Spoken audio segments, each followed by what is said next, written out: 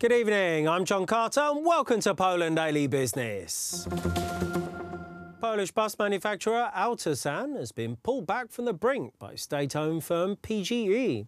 The leader of the Law and Justice Party, Jarosław Kaczynski, announced today that the energy giant will be investing in the company, whose income has been nosediving in recent years. Autosan fell to just a 4% share of the Polish market this year. PGE intend to revamp the bus manufacturer by deploying their energy expertise, moving to electric-powered vehicles and trucks needed in the energy sector.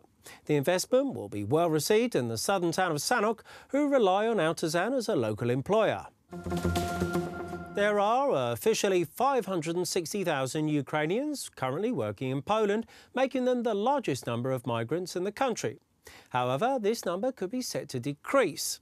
A recent poll from Work Service Online Employment showed that 60% of Ukrainians employed in Poland would be interested in moving to work in Germany.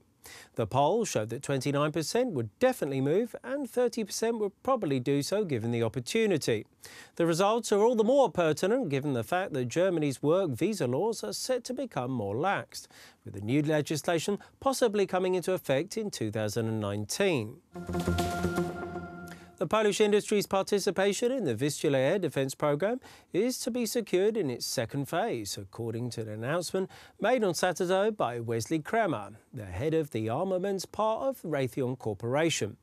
The programme is currently in the first phase, but Mr Kremer says Raytheon company doesn't expect any delays. Half of the programme is to be implemented in Poland. Earlier this year, as part of the first phase of the Vistula defence programme, Poland signed its largest ever arms procurement deal, agreeing to buy Raytheon's Patriot missile defence system for $4.75 billion. The deal also includes 208 PAC-3 system missiles, 16 launchers and 4 radars. Thank you very much for joining me here this evening at Poland Daily Business. I'm John Carter. Now it's time for Alexander Wierzewski. Poland Daily Business Edition. Our guest tonight is Olaf Wojak of Adam Smith Center. Sir, welcome to the show. Good evening. The topic for tonight is the world trade war between the United States and China. We are witnessing that since the beginning of 2018, and after 10 months of the year, we can tell whether this has impact on the world economy or not. And second issue of this talk will be the question whether Poland's economy is feeling that war, and are we positioning ourselves in this dispute? Are we taking sides? Very quickly. First of all, no one is really contributing from this trade war. Any additional taxes are bad. We have to remember this, that any tax on any side is a bad thing. Taxes never do a good job. I understand that we are told that they are necessary for us to pay, and they are necessary for the governments to gain more taxes, but it's not true. The most important thing is that the money should stay with the people that are working hard and making the money. And whenever there are taxes, all sides are losing. So we're witnessing a situation that this is a war that will have no one winning.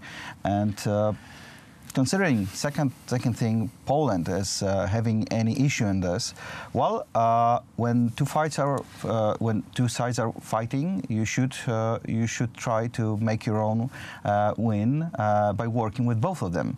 So this is a big chance for Poland. But we do have great imbalance of trade with China, as pretty much any other nation. Yes, and the United States is our great alliance, so we should work with them too, and we should work with both of those markets and try to work with them, but without decisions of the European Union. This is very important for us to make our own decisions on how to work with them on as lowest taxes as possible. Please imagine a situation that in Poland we would have cheaper goods than in United States available to our citizens. That means we might export them to the rest of the world. And this is possible. This is possible because whenever two sides are fighting, the third might win. And the United States are charging China for a long time abuse of broken international system and unfair practices. Is it true? Do you consider that, yes, this is what has happened in China, and this is what let China elevate themselves to the top of the world economy? I have many friends in China, so I am not. I'm never going to agree with this publicly, but it depends on the point of view. We have to remember that China is building their own economy, and they should work with what they have on their hands. So yes, they're trying to gain as much money as they can to build their own economy. They have a very big country with a lot of people living in it, and it's understandable that they want to win. But trading is not a winning as a one-time win. You have to be a winner, but you cannot win over others. So this is what they were doing for the last years, and Trump is trying to change that.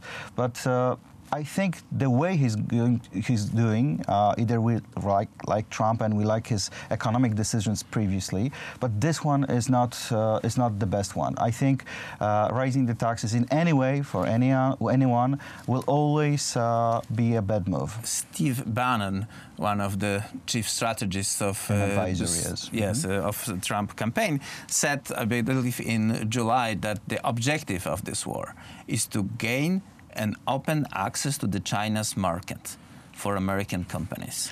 Is that fair or not fair? Well, it's not true, because China is going to close the market, because they're going to fight back and going to put taxes over United States. Well, in a long term too, another degree of this war is that China is working harder with Russia, which is also, well, not the biggest friend of United States. So this is pushing China to the hands of Russia, or Russia in the hands of China, and it's not going to end well. They will have to cancel